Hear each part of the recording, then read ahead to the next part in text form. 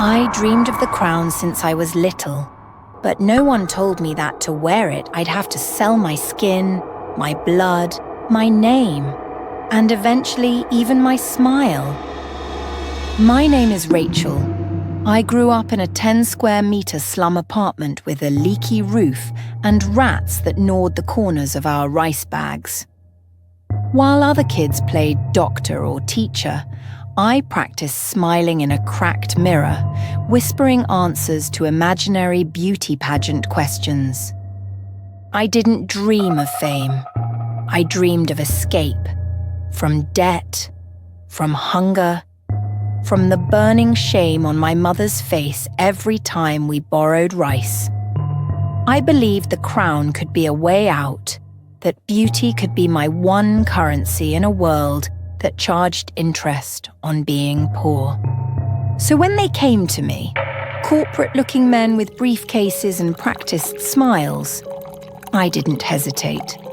They said, "We've paved the road for you.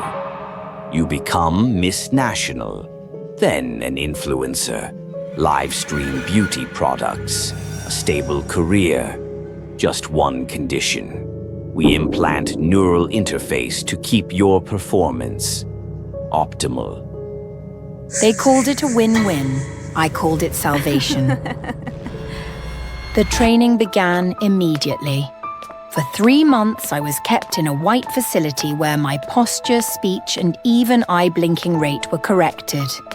There were no clocks, no windows, only bright lighting and cameras. Every time I messed up, flubbed a line, missed a smile cue, the neural wires shocked me, not sharp pain. Number A, searing current that jolted through my spine like my bones were melting.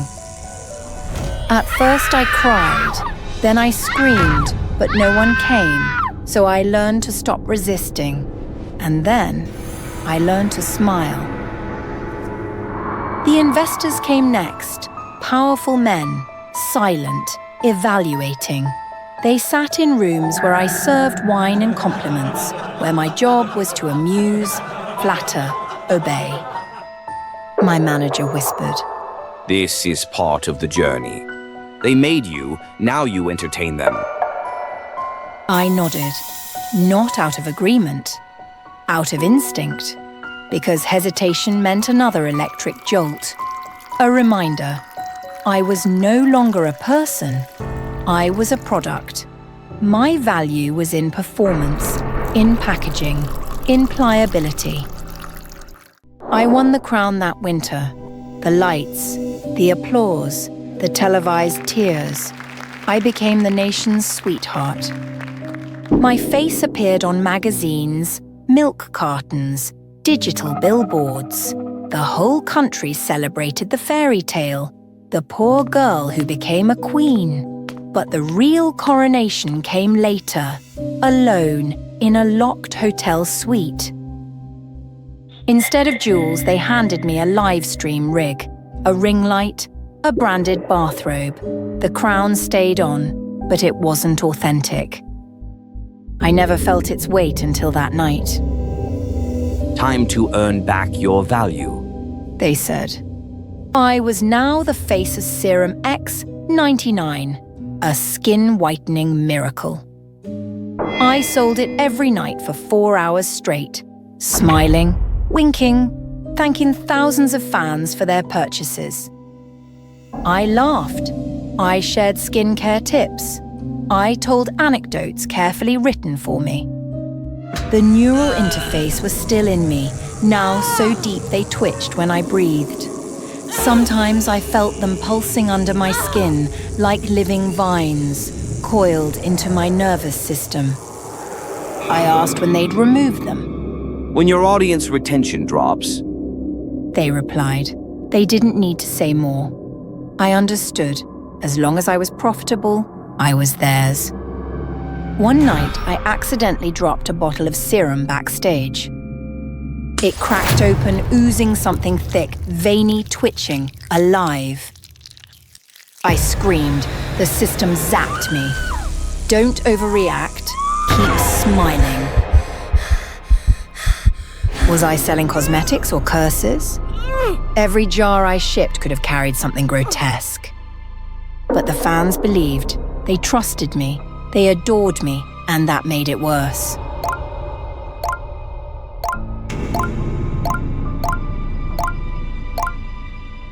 I tried to pull the wires out once, locked myself in a bathroom, yanked a connector near my forehead. My vision blurred. Blood mixed with static. I lost all sensation in my left arm for hours. They found me, reattached the wires, increased the voltage, cut my rations. I wasn't punished with prison. I was punished with performance. You are valuable, but replaceable. That night I cried without making a sound. Even my sobs had to be beautiful. So I went live one last time, but not to sell. My name is Rachel, I told the camera. I'm not free. I'm controlled. Everything you've bought from me is a lie. Please, help me. They reported my video. Within hours, my name was scrubbed from the internet. My pageant footage deleted. My fan pages gone. My face blurred in photos. My existence turned into a glitch in the system. They yanked out my neural interface, violently, without anesthetic. My skin tore, my memory fragmented. And then they replaced me. A new girl, younger, brighter, paler, shinier. She wore my dresses, my smile. She called herself Rachel 2.0. Sister Rachel is taking a break. She giggled. I'll carry her legacy. The fans believed her. They moved on like I was a software update. Now I rent a mouldy room in the outer slums. No crown, no fans, just my bruised body and a cheap burner phone. I can still feel the ghost of the threads, phantom pain twitching beneath my skin. Every month I must pay rent, so I go on live stream again. This time no wires, no script, no lighting team. Just me and a cracked phone camera. I peddle fake diet pills with forced laughter and cracked lips. I mimic the same expressions I once sold for millions, but now it's for pennies. I laugh not because I'm shocked, but because I'm starving. I smile even though my teeth ache. I say babe to strangers who donate tips. I don't care what the product is. I don't ask what it does. I just read the price and the discount and the made-up benefits. It doesn't even matter anymore. As long as it's cheap, as long as someone out there buys it. The cheaper, the better. The faster it sells, the longer I survive.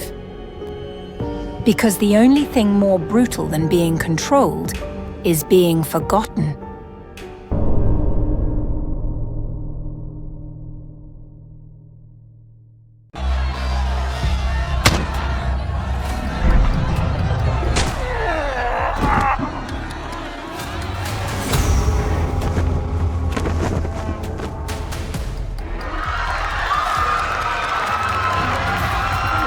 I was making history. The Great Purge had begun, and I, President Donna Jump, was leading humanity toward a golden era. No more parasites. No more freaks. Only real, strong, pure humans. It was the promise I had made to my people, and I intended to keep it. The world had become soft, overrun with degenerates and hybrids, all of them leeching off the hard-working men and women who built civilization. That was about to change. The vampires were first, the so-called immortals who had leached off our resources for centuries, hoarding wealth, manipulating economies. They had outlived their usefulness. Draining resources, I called it. A necessary step toward efficiency. Cutting is a must. And the people cheered. their voices rising in a patriotic fervor that made my chest swell with pride. Next are the hybrids. These half-human creatures, never truly belonging to humanity, their existence is a stain on our species. They are dragged out of their homes, separated from their families, and sent back to where they were born, or, more nobly, they will serve genetic research. Olin Must assured me that his geneticists could filter out the non-human genes, purifying the worthy and discarding the rest. It was distasteful, but necessary. A sacrifice for the greater good. Must reminded me often. All greatness requires sacrifice. It's a must. Next came the personnel cuts. Those who were disobedient, those who wasted government funds, had to be eliminated. Must saw inefficiency as a disease. Only the strongest, most loyal remain. Departments merged, agencies dissolved, and redundancies disappeared overnight. Some were reassigned to re-education programs. Others simply vanished overnight. The government wasn't just streamlined. It was purified, cold, ruthless, and absolutely obedient to its new vision. Productivity soared, but at a chilling cost. Fear. I thought I was winning, until I started losing control. It began subtly. My security detail, hand-picked men I trusted, were replaced by silent, pale-faced operatives. New recruits. Must said with a reassuring smile. I was too busy to question him, too blinded by my own success. Orders I gave were mysteriously rewritten before reaching my generals. Policies I never signed off on appeared in government documents. When I questioned my staff, they either went missing or returned glassy-eyed, robotic in their responses, like puppets with invisible strings. People were disappearing. Not just dissenters, not just criminals. My allies, my advisors, those closest to me. I told myself it was paranoia, that Must had it under control.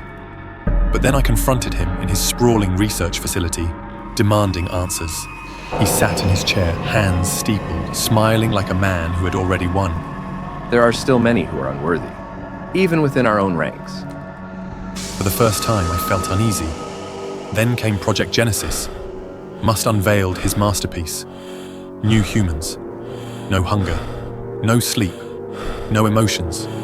Perfect efficiency. Perfect loyalty to him. New humans do not protest, do not rebel, do not demand. Isn't that your dream? I saw it then. He never intended to create a better world for my people. He was building his kingdom, where he alone ruled over a race of mindless drones. I tried to stop him. I failed.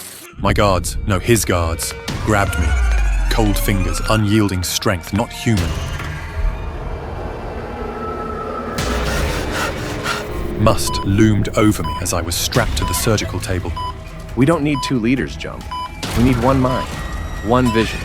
You and I must become one. I screamed, fought, but the machines whirred and the needles plunged into my veins. I felt myself dissolve. My thoughts, my memories sucked away, absorbed into something else. Someone else. As my mind unraveled, I saw flashes of my past. My rise to power, my promises, my victories. I saw my rallies. The millions who had once cheered my name. The empire I had built with my iron will. And then I saw the future. A world of silent, obedient creatures staring with empty eyes. A world where there was no dissent, no rebellion. A world where I did not exist. The last thing I saw before everything went dark was Olin Must staring down at me, his face shifting, morphing into something grotesquely familiar. My eyes widened in horror as I saw my own reflection in his features, twisted, warped, but undeniably me. The last thing I heard was his voice, layered over mine. Make human great again, starting with myself. The world kneeled before Donna Must, and I was no longer here to stop it. The world did not mourn me. My name was erased from history, my legacy rewritten to suit Must's vision. My supporters, once filled with fire, now stood in line, obedient, unquestioning. News anchors praised the new era, their voices hollow, their eyes vacant. Cities hummed with an eerie silence, the streets patrolled by beings who looked human, but were anything but. I existed only as whispers in the shadows, a ghost in the machine of history. But somewhere deep in the recesses of Must's mind, a fragment of me remained, trapped, screaming, watching as my own creation was twisted into something monstrous. And I realized with bitter finality that I had been wrong. Humanity was not made great again. Humanity was gone. To whoever finds this letter, I have always hated myself. I was never a striking beauty. My features were plain, unremarkable. People said my face lacked sharpness, that my eyes were too small, my jaw too round. In a world where appearance dictated fate, I felt invisible.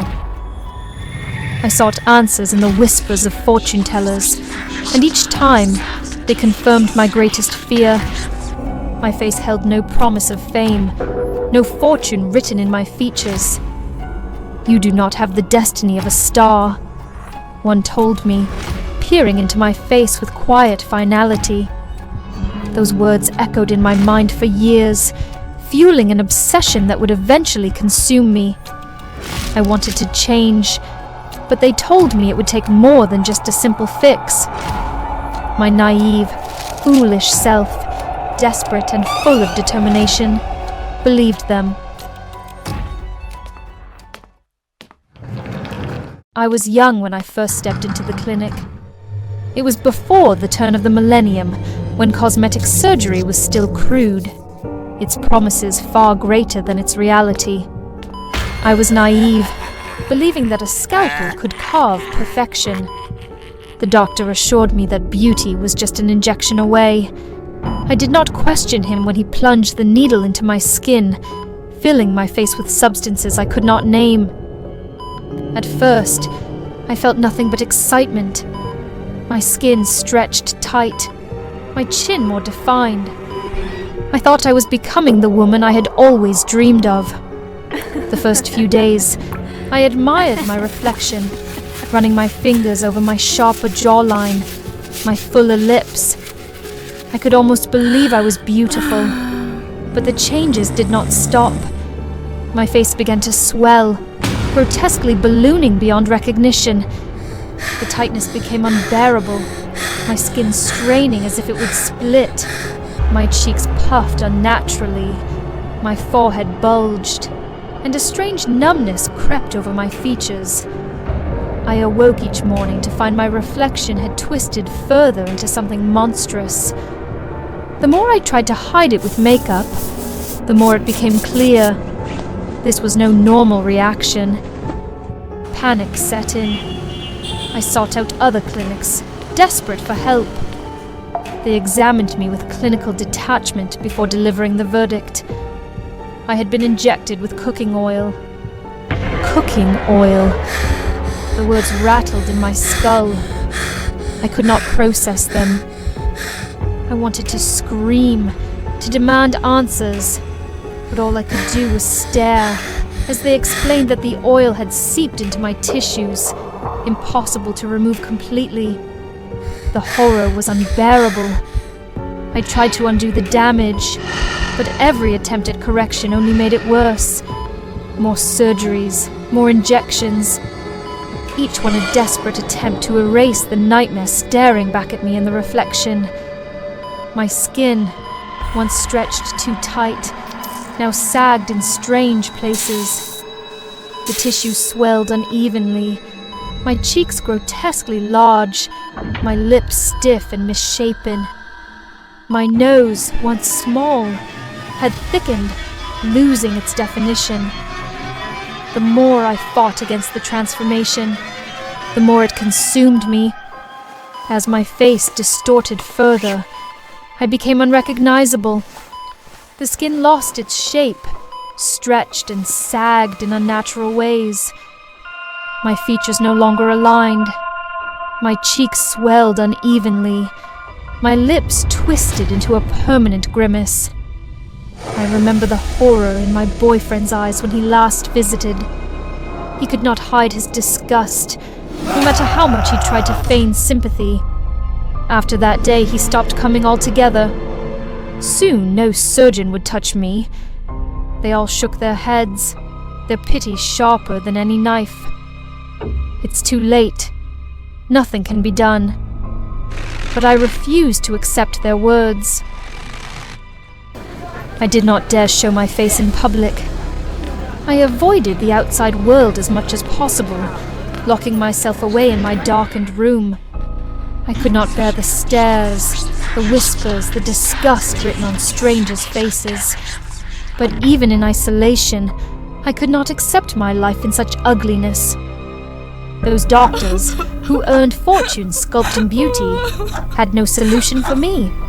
If they could not save me, then I would save myself.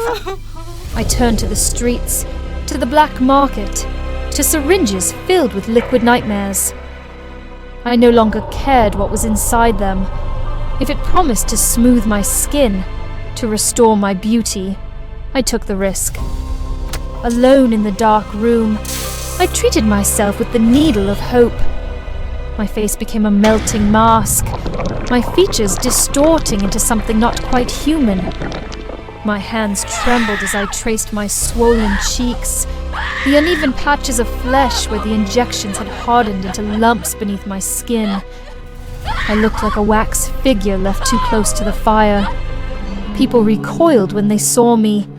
Strangers whispered behind my back. I stopped leaving my house, stopped answering the door, stopped looking into mirrors, and stopped everything. If you are reading this letter, then I have gone somewhere far away from here. My name is Han Mi-ok. Once, I dreamed of beauty. I longed for admiration, for the kind of allure that could captivate an entire room. I wanted to be loved, to be remembered, to be immortal in the eyes of the world. But now, all that remains of me is this letter and the reflection that haunts my mirror.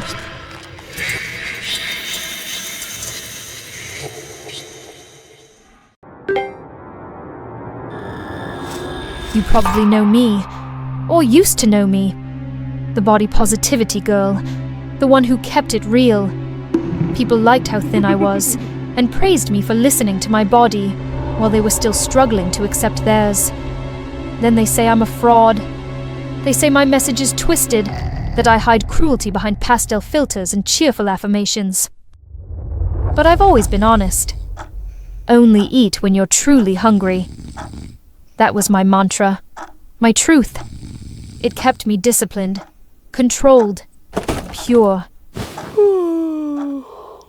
But something has changed. One morning, I woke up to a mess in the kitchen.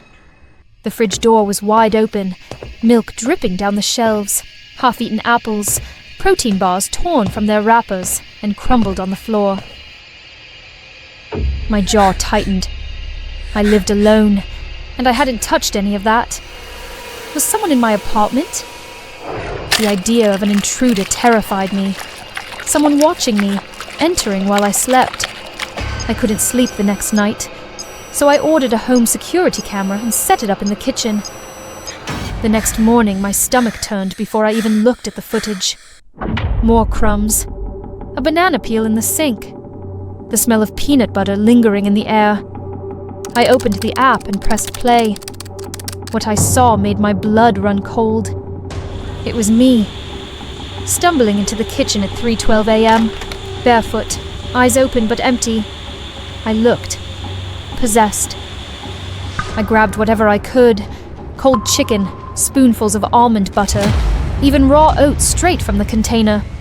My mouth moved too fast, too wide. I chewed like I'd been starving for days. I didn't remember any of it. The next day, I threw away everything. Every snack, every spice, every emergency granola bar. I left only a single container with a carefully measured 300-calorie meal. That was enough. That was all I needed. I would not let my body betray me again. But it did. The next morning, I woke up with threads on my tongue. At first, I thought it was a bad dream, but my pillows were torn, foam and feathers scattered across the room. The edge of the sofa had bite marks. Actual bite marks. My teeth ached. My gums were bleeding. I watched the footage with shaking hands. There I was again, wandering the apartment. But this time, I didn't go to the kitchen. I tore through my closet, biting fabric, chewing on tank tops and socks. Then I turned to the couch, ripping at the seams, shoving stuffing into my mouth with terrifying hunger. I fell to the ground and dry heaved, but I couldn't stop watching. I called Jay my boyfriend. I hadn't planned to tell him, but I was scared. I think I'm sleep eating. He came over that night, holding my trembling hands, promising, I'll stay with you. We'll get through this. I slept beside him that night. For the first time in days, I felt safe. Until I woke up in a hospital bed. White lights, white sheets, white walls. Then the door opened. Jay wasn't there. One officer stepped inside. Behind him, a doctor with a clipboard and tired eyes. You're awake. The officer said, "Where is he? Where's Jay?" They exchanged glances. We need to show you something. It was night vision footage from Jay's phone. He must have been filming me to help figure out what was happening. The angle was shaky, but clear enough. I watched as I sat up in bed. Jay stirred, whispered something. I turned to him, then lunged. My limbs flailed, sharp and unnatural. My mouth latched onto his arm, tearing into flesh. He screamed, kicked, tried to run. I dragged him down. Blood. So much blood. He broke free and locked himself in the bathroom, phone still recording. He was crying, begging someone to come. Please! She's not herself! I stopped watching. I couldn't breathe. No! That's not me! That's not me! But it was. They found him. Alive. Barely. He called the police. Said I tried to eat him. Eat him. They placed me under psychiatric observation. Apparently, it's called nocturnal sleep-related eating disorder. But no one had ever seen a case like this.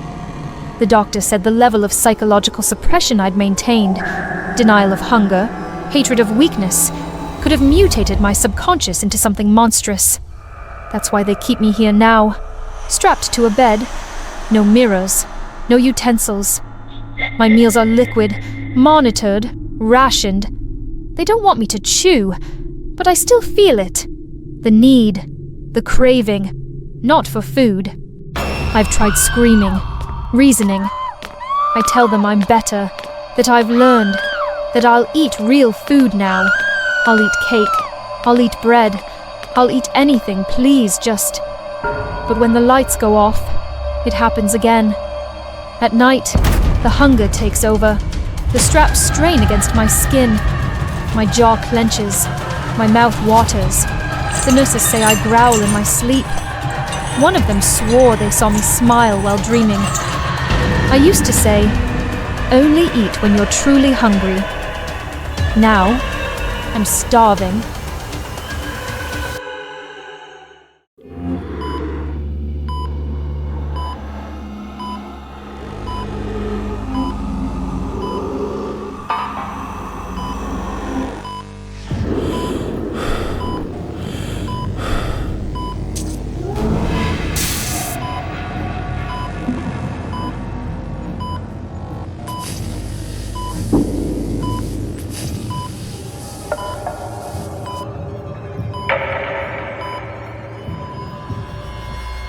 I stared blankly at my reflection in the mirror.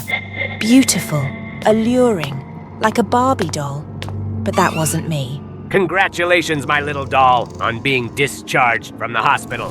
He is Yira, my fiancé, the one who pulled me out of my boring nurse life and designed a new, more perfect life for me according to his arrangement. Brianna, what are you wearing? Yira, it hurts. From now on, get rid of these old-fashioned clothes. I stared at Yira in shock as he coldly tore my clothes apart, ignoring my cries of pain. Under Yira's frenzied destruction, my dress was reduced to a skimpy outfit. I spent a lot of money to give you a perfect body. Show it off. Let everyone admire it. Pleased with his masterpiece, Yira smiled, snapped a selfie, ignoring my discomfort at the suggestive angle. I clutched the bouquet, desperately trying to cover my exposed chest. Once he got a picture he was satisfied with, Yira tossed a bag of clothes at me and ordered me to change immediately. His sudden shift in demeanor sent a wave of unease through me. As expected, Yira didn't take me home. Instead, he brought me to a shady-looking club. Yira, I don't feel comfortable. Can we go home first? Don't worry. You even realize how valuable your appearance is here? The door swung open. Music blared through the sweltering air, thick with the scent of flesh. Behind ornate masks, countless eyes devoured me, stripping away fabric, seeing only merchandise. Fear gripped me as I clutched my cloak tightly, looking at Yira with pleading eyes. But he ignored me, dragging me straight to the stage. Then, my worst fear came true. Yira yanked off my cloak, exposing the sheer leather dress beneath. Here she is, Brianna, my proud little living doll. Look, Brianna, the men are going crazy for you. No, they weren't obsessed with me. They were violating me with their ravenous stares. Disgust tightened my body as I clung to Yira, my only anchor. Yira, please take me away. Yira simply said, Just stay here for a while. Before casually walking off the stage. I had been abandoned. At that moment, a female dancer approached me, her eyes filled with sympathy. Don't bother begging that demon for help. Do you really think that just because he gave you a lavish life, you've become some noble lady? I looked at Yira, impeccably dressed, a stark contrast to the vulgar women clinging to him and to me, nearly naked under the lights. His ex-wife and now you. You're nothing but another one of his living dolls. After that insane party, Yira and I went home together. But the dancer's words kept echoing in my mind. Tonight, I had to uncover the truth. I took Yira's phone into the bathroom. With a little trick, I managed to find his fingerprints smudged on the screen. After several attempts, I finally unlocked his phone. My heart pounded as I opened his photo gallery, digging through every hidden folder. Yira had always told me he hated his ex-wife, yet his phone was filled with intimate pictures of the two of them.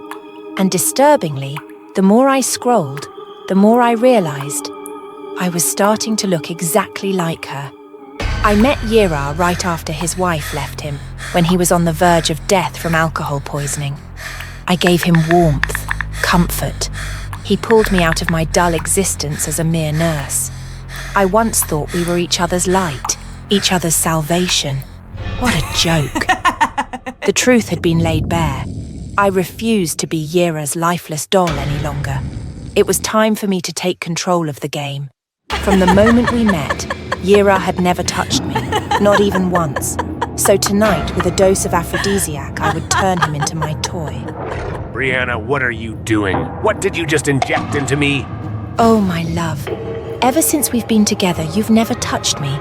Do you really feel nothing for me? No, I love you, but I've been hiding my bipolar disorder. So please, understand and don't do anything reckless. I'm a nurse, Yira. Of course, I've seen your medical records. That's why I use just the right dose. Let me help you. Suddenly, Yira let out a scream of pain, making me flinch. Damn it, get your hands off me!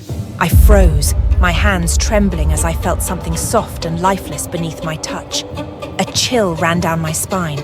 I sat up abruptly, staring at Yira in disbelief. You wretched woman, you're just a toy in my hands. How dare you touch me without permission? Let me go or I'll kill you. There was no pleasure in his expression, only pain and seething rage. And then, a horrifying thought struck me. Yira, your body already been destroyed by psychiatric meds and alcohol, hasn't it? You've lost your ability, haven't you?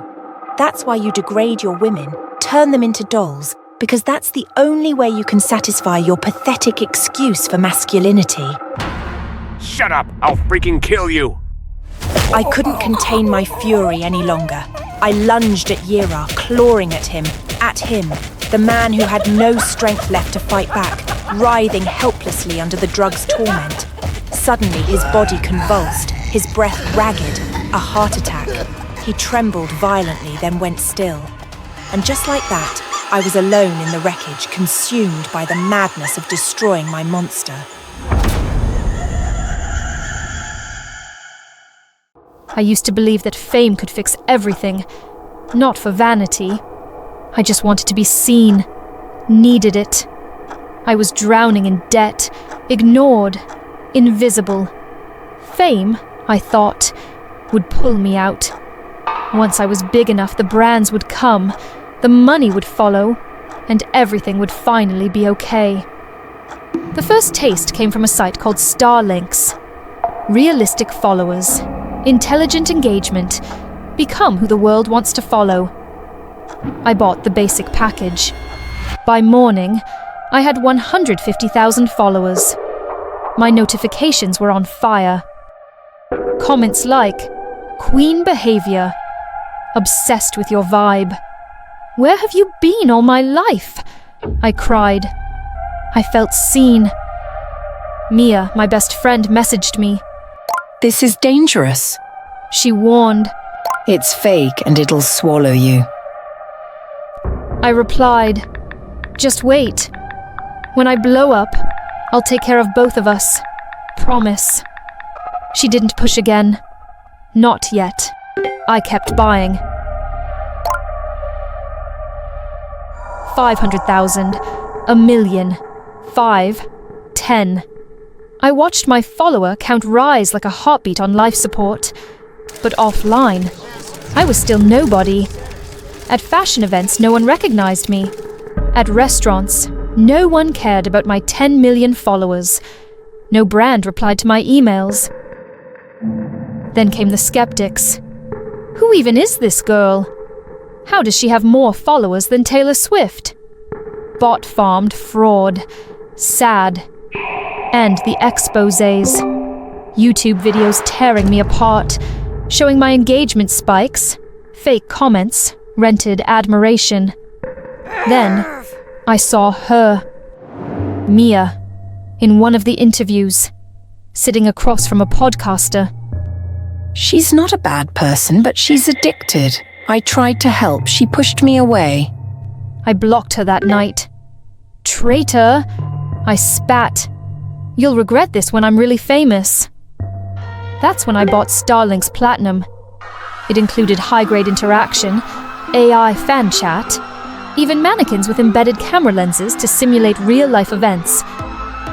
I rented a warehouse, built a stage, hung banners with my name in gold, dressed 200 mannequins like adoring fans. My fan meeting streamed live. The night of the event, I wore white, lit just right. I stepped on stage, heart pounding. 146,000 people watching. Hearts floated up like glitter. Comments poured in. "We love you.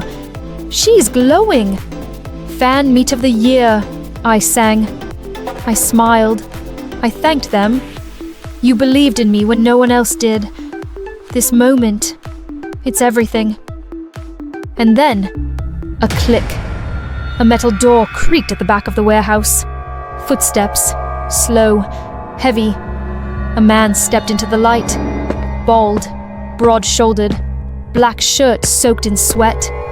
In his hand, a thick steel pipe. He walked down the center aisle, passing rows of mannequins whose empty stares never wavered. My voice faltered. Who are you?" He smiled like someone who'd waited for this moment a long time. "Time's up, sweetheart. You owe us." "I'm live streaming," I stammered. "There are thousands watching." He glanced at the camera and snorted. "They're bots. Just like your fame. You paid for this fantasy and now reality's collecting." I froze. Then he swung the pipe. Crack. A mannequin's head flew clean off, bouncing off the stage. Wham! Another was crushed at the chest, splitting open in a burst of stuffing and plastic. Thud.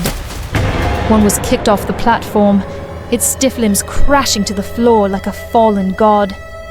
I stumbled back, tripping over fallen legs and shattered illusions. You worship this. He shouted, smashing another. 10 million lies wearing lipstick. I screamed into the mic. Someone help me. Please, call the police. The chat exploded. Bro is unhinged. This is insane content, OMG. Scripted or real? He laughed. They love the drama. Keep screaming. He grabbed a banner with my face and ripped it in half. Then he turned to me. You bought love. Now you pay in flesh. I tried to run. My heel snapped. I hit the floor. The pipe came down crack into my shin. Pain exploded through me. I screamed until my throat bled. 172,000 watching. Wait! Was that real? Bruh, she's crying for real. This live stream is wild. I crawled to the camera. Please, I whispered, barely able to breathe. Someone. He raised the pipe again, but suddenly, a voice cut through the chaos. Get away from her! From the shadows, a figure sprinted across the warehouse. Fast, fierce, unstoppable. She gripped a broken mannequin's arm like a club, and with a roar I'd never heard from her before, she swung it with all her strength. I blinked through the blood in my eyes. Mia. She sprayed something into his face. Pepper spray? Then shoved him back with everything she had. Sirens wailed in the distance. She dropped to her knees beside me, arms shaking. I told you this would destroy you. Then darkness swallowed me whole. I woke up in a hospital, leg in a cast, phone gone, channel deleted. Mia was asleep in the chair next to me. She had paid off the debt. All of it. Why? I asked, tears streaming down my face. After everything I said? She squeezed my hand. Because I was the only one really watching you. Now, I have 43 followers. Just Mia, a few old classmates, my cousin, a girl from high school I barely remember. No brands, no blue check. But I still post. I sing sometimes. I talk about healing, about being honest, about pain. The comments are few, but they're real. You're brave. I'm glad you're okay. This version of you feels human. And for the first time in my life, that's enough.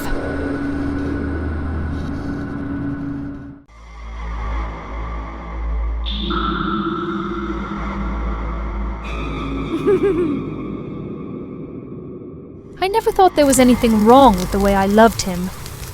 While others called it obsession or delusion, I saw it as something pure. Devotion. Not just the kind that cheers in crowds or collects photo cards, but the kind that longs to know everything. The kind that wants to get close. Minjae had always been the perfect idol. His voice was soft, his eyes tender, and the way he smiled at his fans made you feel like you mattered. I clung to that illusion, because to me, it was never an illusion. I believed, truly believed, that if I stayed close enough, watched long enough, loved him hard enough, he would see me. The distance between us would dissolve. That's why I became a Sasaeng. Not to hurt him, not to cross some moral line. I only wanted to be someone who knew him better than anyone else. I wanted to slip between the folds of his public life and settle into the spaces where no one else had reached. At the fan meeting, I handed him the gift I made, a soft white teddy bear, stitched carefully by hand. He smiled as he took it from me, eyes crinkling the way they always did when he wanted to seem sincere. I know you collect bears. I made this one myself, just for you. He thanked me, unaware that hidden just beneath the bear's eyes was a small, silent camera, one that would quietly reveal the life I longed to be a part of. After that, I watched him every night, The bear sat neatly on a shelf in his living room, among dozens of others. But mine always faced the center. Through that tiny lens, I saw fragments of his private world. Minjae entering his apartment, setting down his bag, stretching his arms with a tired sigh. He'd hum sometimes, pour a drink, say a few soft words on the phone before slipping into silence again. And I watched, eyes wide, heart full. I would fall asleep to the sound of his voice echoing through my speakers, my dreams warm and filled with the illusion of proximity. Then, one day, a message appeared in the group chat. Minjae was filming out of town and wouldn't return until late. My breath caught. His apartment would be empty for hours. I didn't even hesitate. I had memorized the building's security code from his hand movements, seen through the bear's lens. That night, I stood outside his door, my heart pounding, the hum of the hallway lights buzzing in my ears. I pressed the code. The lock clicked open. The air inside his home was clean. Detergent, citrus, cologne. I stepped in slowly, almost reverently. Everything was exactly as I imagined it. His shoes lined neatly, the soft creak of wood beneath my feet, the faint humming of the fridge. The teddy bear I made was still there, but the others surrounding it looked wrong up close. Their fur wasn't consistent. Some had patches of different colors, stitched together in uneven seams. One had what looked like strands of real hair woven above its ear. A chill touched my spine, but I told myself not to overthink. Everyone has strange habits. What mattered was that my bear was still intact, still watching. I opened the fridge, rearranged his drinks, left a bottle of his favorite yogurt. I touched his coats, pressed my face into his scarves. In the bathroom, I painted our names on the mirror using red lipstick. Yuri plus Minjae, with a little heart drawn beside it. And then I slipped into his bed. The sheets were cool and soft. For a while, I lay there quietly, imagining a version of life where this was normal, where I belonged here. Before I left, I slipped a small hand-stitched doll under the bed, a charm made to bind us together, to make him love me the way I loved him. Then I heard the door open. My breath caught. He wasn't supposed to be home yet, but instead of panic, I felt a strange rush. He was here. I would see him just for a moment, and then I'd go. I crept into the wardrobe and pulled the door almost closed, crouching low behind his clothes. Through the narrow slit, I saw him enter the bedroom.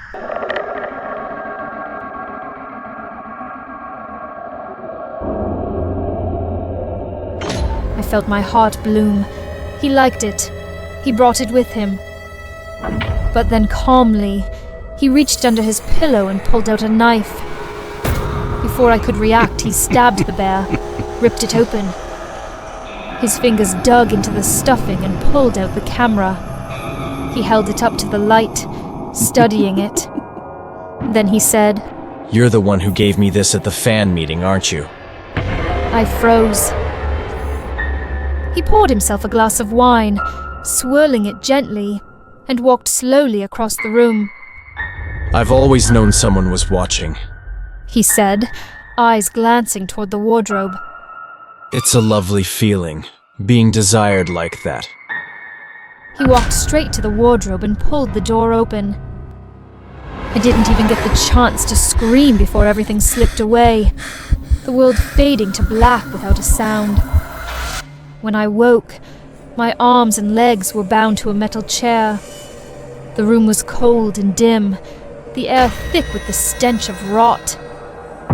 I blinked slowly as my vision cleared, And then I saw them. Lining the shelves were teddy bears, but these weren't stitched from fabric. Their patchwork skin was unmistakably human, with strands of real hair still clinging to some of their heads. Blood had dried into the seams. The stitching was crude, careless. In front of me, a glass table held small parts, fingernails, teeth, clumps of hair, scraps of stained fabric. Folders were stacked beside them, each with photos of girls I recognized from online. Other fans like me, all of them missing. And then I heard his voice, soft and close behind me.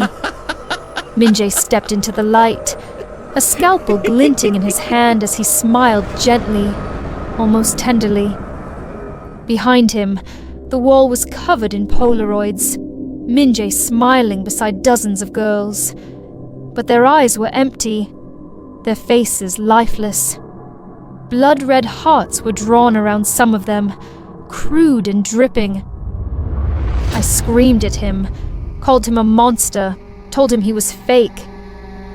He only laughed. The version of me you adored, that's just a character. Something the company built. But you wanted to know the real me. Isn't that why you watched?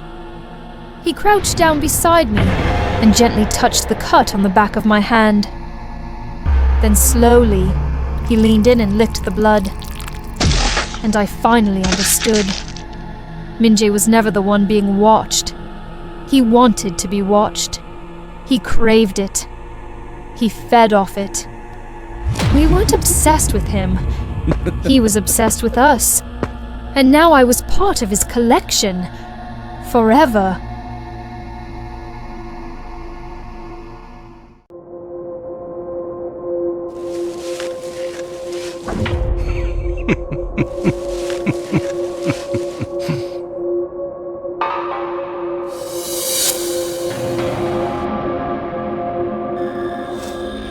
Life felt like a luxurious dream, each whim effortlessly satisfied by the wealthy men, enchanted by my youthful charm and beauty.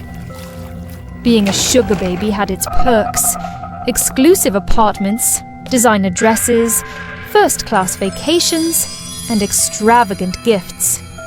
I was admired, pampered, and envied.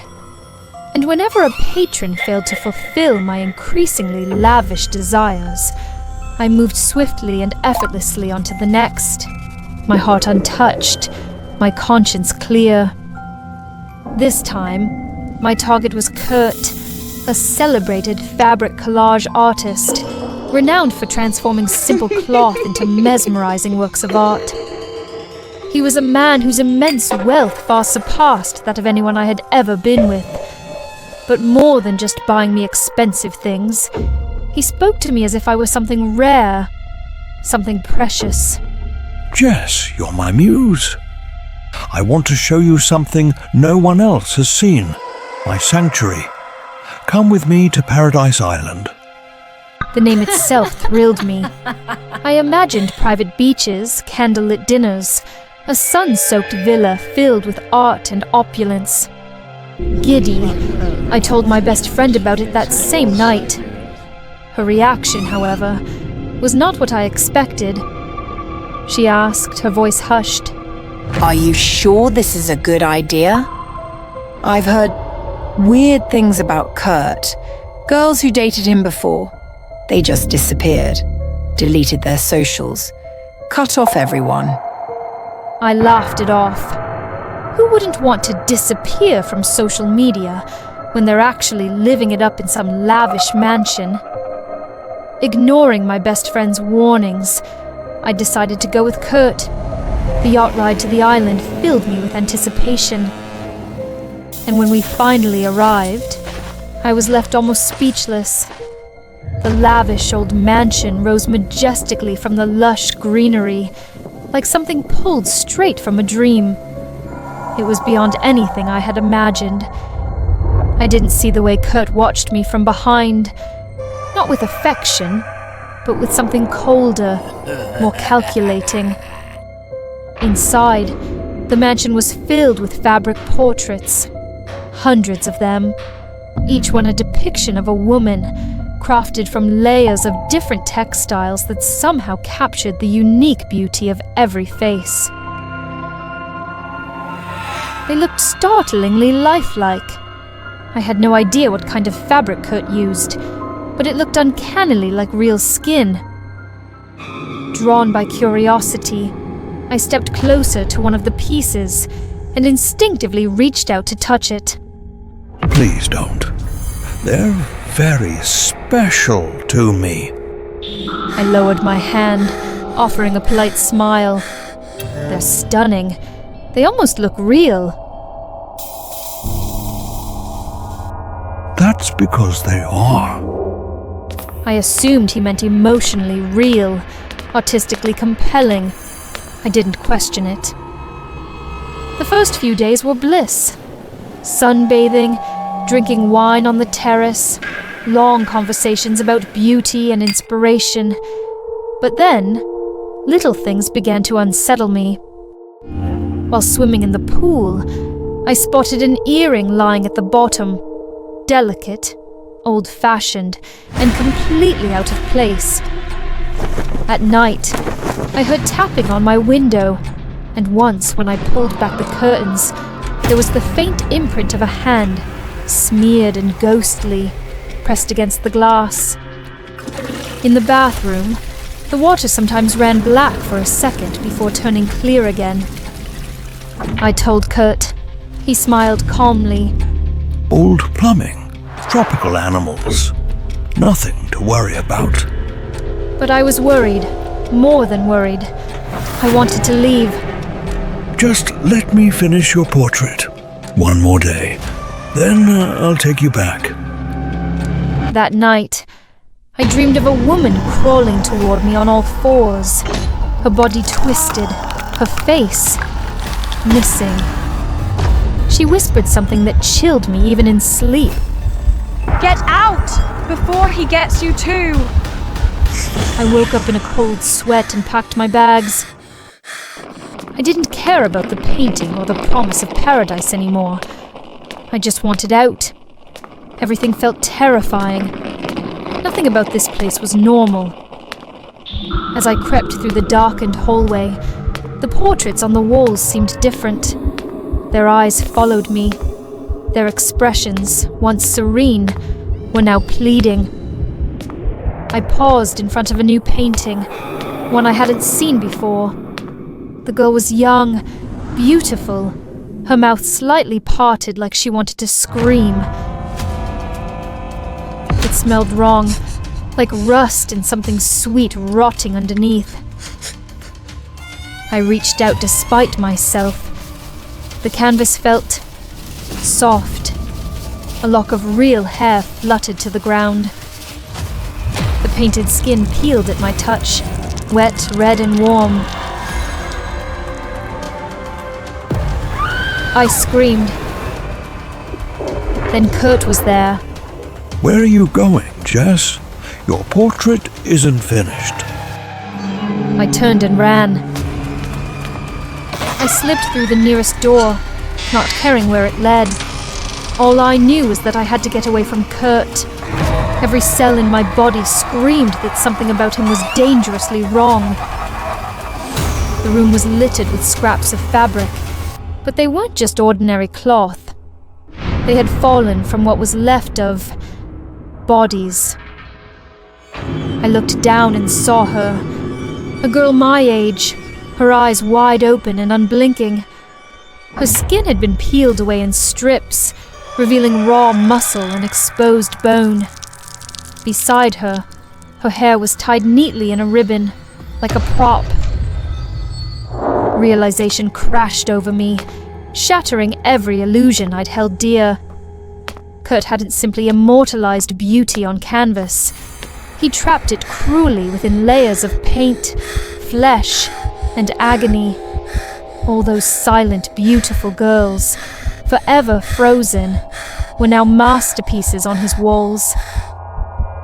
Kurt stepped into the room, holding a knife and a sewing needle. He walked to the body and began to work, gently applying her flesh to a canvas, humming as if lost in thought. She was lovely, but you, Jess, you'll be the masterpiece. He looked at me with admiration, not malice, as if he truly believed what he said. You should feel honored to be remembered forever, to never fade. I backed away, hands shaking. My scream rose and was swallowed by the thick, silent walls. No one knew I was here. No one would come looking. Paradise Island was a graveyard, and soon I'd be another face on the wall, watching, forever silent, forever pleading. Run. While you still can.